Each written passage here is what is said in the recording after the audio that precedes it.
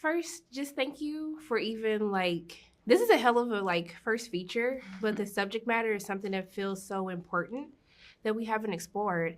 But one of the things that I really love about this film is we kind of start this relationship. It blossoms into something beautiful, kind of through the use of blood.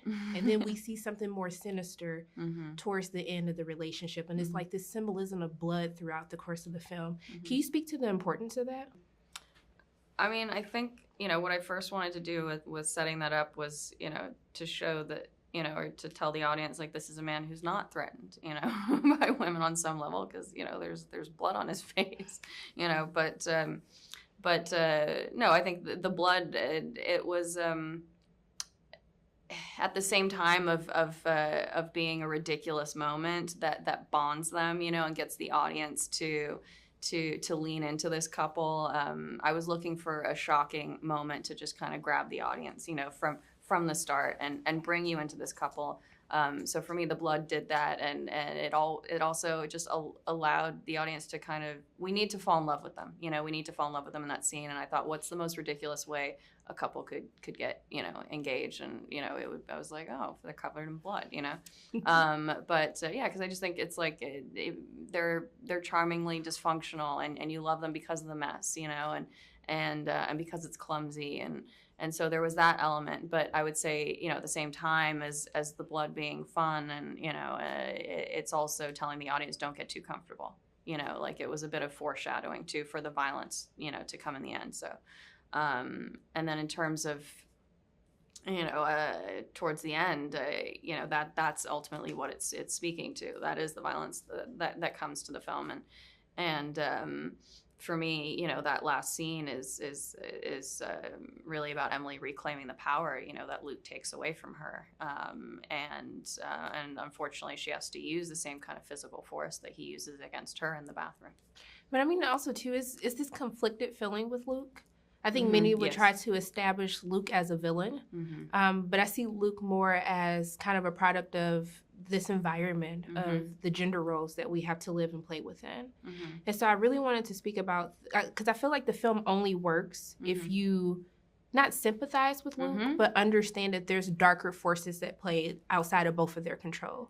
So can you speak to really balancing that throughout the course of the film? So I wasn't interested in making something that was black and white. I wasn't interested in making something where there was a clear hero or a clear villain. I think that, and that's just not realistic, in many ways. And also like what Luke is feeling, right? I don't think that's his fault. I think that it's a systemic societal problem. As a society, since the beginning of time, we've raised boys to believe that masculinity is an identity, that masculinity means one thing, that success is a zero-sum game. And, I think that what I tried to show with the character of Luke is that he represents a certain, generation of men caught in the middle between wanting to adhere, to a modern feminist society, but still having been raised on these traditional ideas of masculinity. And it's that, that intersection, that's where the conflict is. This is a man who adores Emily because of her intelligence. He adores her because of her talent.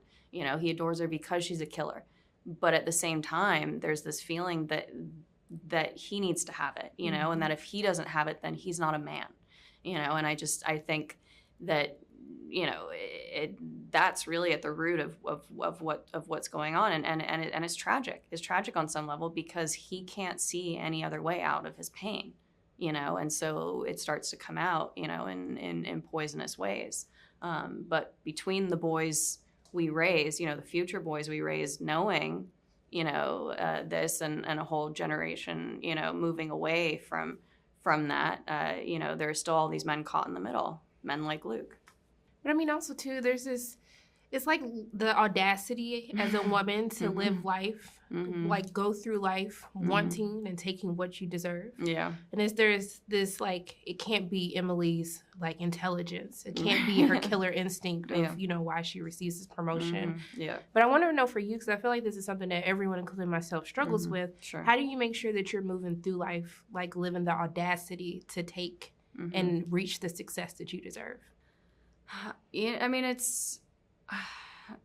I think you just have to believe in yourself and have that confidence, you know, but I think that there's certain things that can bring us down and hold us back or make us question ourselves. And I think it does tie a lot to these antiquated, you know, gender roles and antiquated, you know, power dynamics, which, you know, where a lot of us were raised on, you know, or so, but I think that I think it's just about you know, constantly reminding yourself that you deserve this, and